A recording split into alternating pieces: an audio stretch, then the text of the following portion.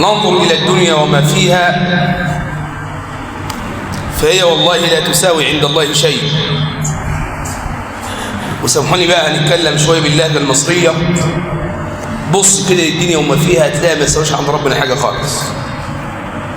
هتلاقي ربنا بيرزق فيها المسلم وغير المسلم، ده حتى المشرك أو الكافر اللي بيسب ربنا بيرزقه، بس بيرزقه في الدنيا. يوم القيامة سيجد عذابا أليما. طيب لما ربنا في الآخرة هيحاسب وهيعذب ناس، وفي الدنيا بيمهل الإنسان اللي بيسبه أو لو ندل على حاجة فيدل إن الدنيا ما تساويش عند ربنا حاجة خالص، إن الدنيا ما تساويش عند ربنا حاجة خالص. هنسمع دلوقتي عن واحد شاب كان بيشرب خمرة، فضل يشرب خمرة لحد ما مات وهو مسطور. فضل يشرب في خمرة لحد ما مات وهو مسطور. على صعيد آخر شاب داخل يصلي المغرب مات وهو بيصلي. على صعيد آخر راجل كان عنده 70 سنة مواظب على صلاة الفجر، دخل أذن، وبعد ما أذن الله أكبر أشهد أن لا إله إلا الله أشهد أن محمدا رسول الله، ما كملش الأذان. بيأذن الفجر ما كملش الأذان. شاب تاني قام يكمل الأذان، بيقلب في الراجل انتقل إلى ربنا سبحانه وتعالى. الشاهد في هذا ده مات وده مات، صح ولا إيه؟ ولكن عند ربنا الحال يختلف. الحال يختلف إزاي؟ يختلف الإنسان إن كان صالح أو غير صالح، مش هيساوي عند ربنا سبحانه وتعالى. اللي يا اخواننا فضل يشرب خمر لحد ما مات، عايش على المخدرات وعايش على المحرمات، ولما عاش على حاجه مات عليها. دلوقتي حضرتك شغال 18 ساعه في اليوم، انا رحت لك بيتك غالبا هناك في الشغل، صح ولا ايه؟ ما انت معظم الوقت بتبقى شغال. لو انت دلوقتي بتقعد 18 ساعه في البيت وانا جيت اروح لك البيت، غالبا هلاقيك قاعد في البيت. معظم وقتك بتعمل ايه؟ انت في بيتك. يعني اللي معظم وقته طاعه بيموت على طاعه، واللي معظم وقته معصيه هيموت برضه على المعصيه. طب اللي مات على المعصيه هيقول لربنا ايه؟ اللي مات على المعصيه هيقول لربنا ايه؟ اللي بيستعرض قوته على الناس هيقول لربنا سبحانه وتعالى ايه؟ واحد كده تلاقيه بيستعرض قوته على الناس وعلى العباد، واللي مش عارف مش عاجبه ومش عارف اعمل ايه، ويبدا ان هو يتباهى بقوته وصحته، واللي بياخد مال من الناس ظلم، واللي بياخد مال من الناس غصب عنه. خلي بال حضراتكم ان اي حد بيظلم ايا كان نوع الظلم، كلت جارك في الميراث، خدت مال جارك، استحليت مال جارك، والله في النهاية هتموت وهتسيبه، ولما تسيبه لأولادك مش هيفتكروك أصلا. طيب نتذكر القبور. سيدنا الإمام علي لما دخل في وسط المقابر وبدأ يسأل أيها الأموات سأخبركم عن حالنا بعدكم، أما عن نسائكم فقد تزوجن من رجال غيركم. راجل لما بيموت الست حلال لها تتزوج. وأما عن أموالكم فقد قسمت بين الورثة. هذه هي الحياة، هذه هي الحياة. لم نجد إلى الآن وإحنا في 2026 عصر التقدم وعصر التكنولوجيا، لم نجد رجل دخل القبر مع أبيه أو امرأة دخلت القبر مع زوجها، عايشين مع بعض في بيت واحد، واللي بيموت بيدفن لوحده. هذه هي الدنيا وما فيها، هذه هي الدنيا وما فيها، لا تساوي شيئا عند الله سبحانه وتعالى. ولو كانت الدنيا تدوم لأهلها لكان رسول الله حيا باقيا، ولكن تفنى الدنيا ويفنى نعيمها، ولكن تبقى الذنوب والمعاصي كما هي. الإنسان يا إخواننا اللي تلاقيه عايش في وسط الناس وملك الموت يجي يخش عليه، الروح يا إخواننا أول ما تخرج من القدم، الروح تبدأ تخرج من القدم، عندئذ فكشفنا عنك، الله أكبر، فبصرك اليوم حديد، يرى ويسمع بيحس لكنه لا يتكلم.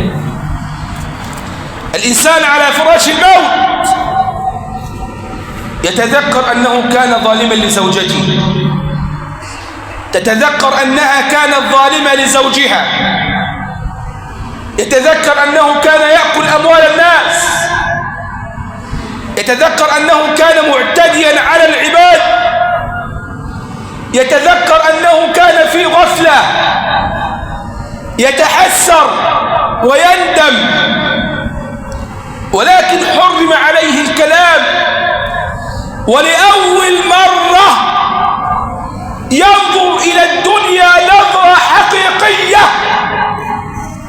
هذه هي الدنيا، 40 سنة عشت أو 50 أو 60، ها أنا أموت. سيدنا نوح عليه السلام دعا قومه بس 950 سنة. قبل الطوفان عاش كم سنة؟ قبل الدعوة أصلا عاش كم سنة؟ ملك الموت يسأل، ملك الموت يسأل: يا نبي الله، كيف وجدت الدنيا وكيف وجدت الموت؟ قال: أرى الدنيا كأنني دخلت من باب فخرجت من الآخر. ما قالش وخرجت، قال فخرجت. علماء اللغة العربية قال لك فخرجت يعني الإسراع، لو قال لك وخرجت يبقى قاعد شوية، إنما دخلت فخرجت. إذا كان هو عاش 950 سنة وبيقول الكلام ده، إحنا الشاب عنده 30 سنة وبيموت، وعنده 50 سنة وبيموت، وعنده 40 سنة وبيموت، ثم إلى ماذا؟ ثم إلى حساب، ثم إلى عقاب، ثم إلى جنة، ثم إلى نار، ثم يقف العبد أمام العزيز الجبار ويسأله: يا عبدي لماذا عصيتني وأنت تعلم أنني أراك؟ لماذا جعلتني أهون الناظرين إليك؟ الراجل اللي بيسرق بيستخبى من الناس ويستخبى من الكاميرات وهو متأكد أن ربنا سبحانه وتعالى شايفه. الراجل اللي بيعصي ربنا يعلم أن الله يراه. الراجل والراجل اللي بيعمل المحرمات يتأكد أن الله يراه. هل سأل نفسه هقول لربنا إيه؟ هل بدأ يسأل نفسه هقول لربنا سبحانه وتعالى إيه؟ لما تحدثنا منذ قليل عن امرأة ظلمت مرات ابنها وخدت أموالها والبنت ماشية قالت: انتقم منك ربنا، أنا هاخد حقي منك قدام ربنا سبحانه وتعالى. وذلت هذه المرأة قبل موتها. وما كان ربك نسي، الله لا ينسى ولا يحق له أن ينسى. الراجل اللي قاعد طول حياته يأكل أموال الناس ويبني المال من هنا ومن هنا، هينزل القبر لوحده والله، لا مال ولا سكن، لا سنيد ولا مؤنس ولا ولا ولا ولا إلا العمل الصالح. فالعبد مع تطور الزمان القبر قبر، وظلمة القبر ظلمة، والحساب حساب. يقف ويبدأ يسأل نفسه: ما الذي صنعته في نفسي؟ أنا عملته في نفسي دي. لما يا إخوانا الإنسان لما بيموت إن كان صالح قبره بيبقى روضة من رياض الجنة. نسأل الله أن يجعل قبورنا روضة من رياض الجنة يا رب. ينزل كده القبر بعد كده هيبقى فيه بقى يزور الأحياء اللي هم الناس الصالحين، يعني اللي أبوه مات واللي أمه ماتت واللي جده واللي سته واللي أخوه واللي صاحبه. الأموات خلي بالكم بيتقابلوا، بس الصالحين بس، الصالحين بس اللي بيتقابلوا يا إخوان. غير الصالح يحبس في قبره، غير الصالح يحبس في قبره. لما نجي إلى الصالح وإلى غير الصالح، الرجل اللي مات عنده 60 سنة، مش هنقول 30 سنة، ال60 سنة يا اخوانا عدوا، لو كان في طاعة عدوا، إن كان في معصية عدوا، ولكن هل يستوون؟ لا يستوي أصحاب النار وأصحاب الجنة، كلا والله لا يستوون عند الله. أصحاب النار في فلاح وفي سعادة وفي استقرار نفسي. هل تعلمون أن شراب أهل النار، هل تريدون أن أحدثكم عن شعيرات عن أهل النار؟ أهل النار يا سادة شرابهم صديد يخرج من أجسادهم. وأنا أعتذر إلى حضراتكم وأن أخرج هذه الكلمات. اللي واقف في النار يا أخوانا يعذب، يخرج من جسده صديد، عرق كده وصديد. هذا العرق وهذا الصديد هو شرابه في النار. إن شجرة الزقوم طعام أثيم كالمهل يغلي في البطون.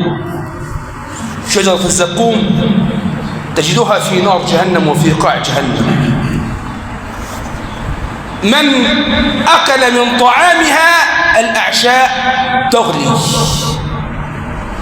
بل نتحدث عن أخف أهل النار عذاب، رجلا يقف على جمرة صغيرة بقدميه الرأس تغلي، واقف بس كده برجليه على جمرة صغيرة، دماغه بتغلي من الجمرة الصغيرة اللي هو واقف عليها. أما أهل الجنة كفى أن فيها رسول الله، كفى أن أهل الجنة فيها رسول الله. هذه جنة وهذه نار، وعليك أن تسير في الطريق الذي يريح قلبك. امشي بس كده وقت ما انت عايز في الطريق اللي انت عايزه. لما والله واحد انا عارفه كان ظالم اخواته البنات في الميراث، اخته جت اشتكت يا مولانا مش عايز يدينا حقنا، فقعدت بقول له يا عم والله هتموت، ترجع لاولادك لاخواتك حقهم في الميراث حتى ما يدعوش عليك. قال لي يا عم الشيخ انا هسألك سؤال بعد اذنك. اتفضل يا سيدي. قال في القبر هتعذب؟ قلت له لو مت وانت واكل حق اخواتك في الميراث هتتعذب. قال طب اسمع يا شيخ، لما تعذب حد هيعر القبر ويعرف ان انا بتعذب؟ قلت له لا. قال خلاص يبقى ربنا يعمل في اللي هو عايزه براحته. ازاي؟ قال طالما ما حدش هيعرف ان انا بتعذب ربنا يعمل اللي انا عايزه براحته. قلت له طب انت الشيطان سول لك والشيطان تحكم فيك، ممكن تقول لي اكتر وقت مر عليك وانت مريض ايه؟ قال انا جيت في مره كان عندي حمى ومش عارف مش قادر اقوم، وقعدت فيها 3 اشهر مش قادر بس اقف على رجلي. جميل. طب نبدا نتذكر الايام ديت؟ مش فاهم يا شيخ. قلت له جاء في وقت من الاوقات في الايام ديت انت كنت تقدر او كنت تريد كنت عايز تفقد كل الاموال اللي عندك عشان بس تصحى. قال حصل. قلت له وليك الحمد لله صحيت. يا مسكين انت هنا مريض وبتاخد علاج وتقدر تقول يا رب اشفيني وربنا هيبقى لطيف فيك، انما هناك لا في حد هيدافع عنك، ولا ابنك اللي انت كلت الاموال علشانه هيسندك، ولا اي حد هيسندك. افعل ما شئت كما تدين تدان. الانسان يفعل ما يشاء. كأس. اختم الخطبه بالكلمه اللي انا اقولها دي. اللي انت بتعمله مع الناس، مع اخواتك ومع جيرانك ومع نسايبك ومع قرايبك ومع كل الناس، كاس انت هتشرب منه. ان ملك الكاس باعمال صالحه هتشرب والله من اعمال صالحه، وان ملك الكاس من اعمال سودة الجزاء من جنس العمل. وما كان ربك ما بينساش خالص. بنلاقي 2 اتطلقوا والله بنشوف قدام عيننا 2 يتطلقوا، اللي كان مظلوم فيهم ربنا بيهيئ له جوازه صالحه، واللي كان ظالم ربنا بيبعت له حد يخلص ذنب الانسان الثاني. هذه هي الحياة. اللهم اغفر لنا ذنوبنا، إسرافنا في أمرنا، ثبت يا رب على الحق أقدامنا. اللهم اغفر لآبائنا وأمهاتنا يا أرحم الراحمين. اللهم اغفر لأمي وأمهات الحاضرين. اللهم ارحمنا فإنك بنا راحم، ولا تعذبنا يا ربنا فإنك علينا قادر. والطف بنا يا ربنا فيما جرت به المقادير. اللهم ألف بين قلوبنا وأصلح ذات بيننا. اللهم اقض حوائجنا وسد ديننا يا رب، وسد عنا الديون يا رب، اللهم لا تجعلنا في هذا اليوم ذنبا إلا غفرته، ولا مريضا إلا شفيته، ولا عاصيا إلا هديته، ولا طالب علم إلا وفقته. اللهم الطف بنا فيما جرت به المقادير. اجعل يا رب مصر آمنة مستقرة. احفظ يا رب مصر وأهلها، واحفظ يا رب مصر وشعبها، واحفظ يا رب مصر وجيشها، ووفق رب ولاة أمورنا. آمين. إن الله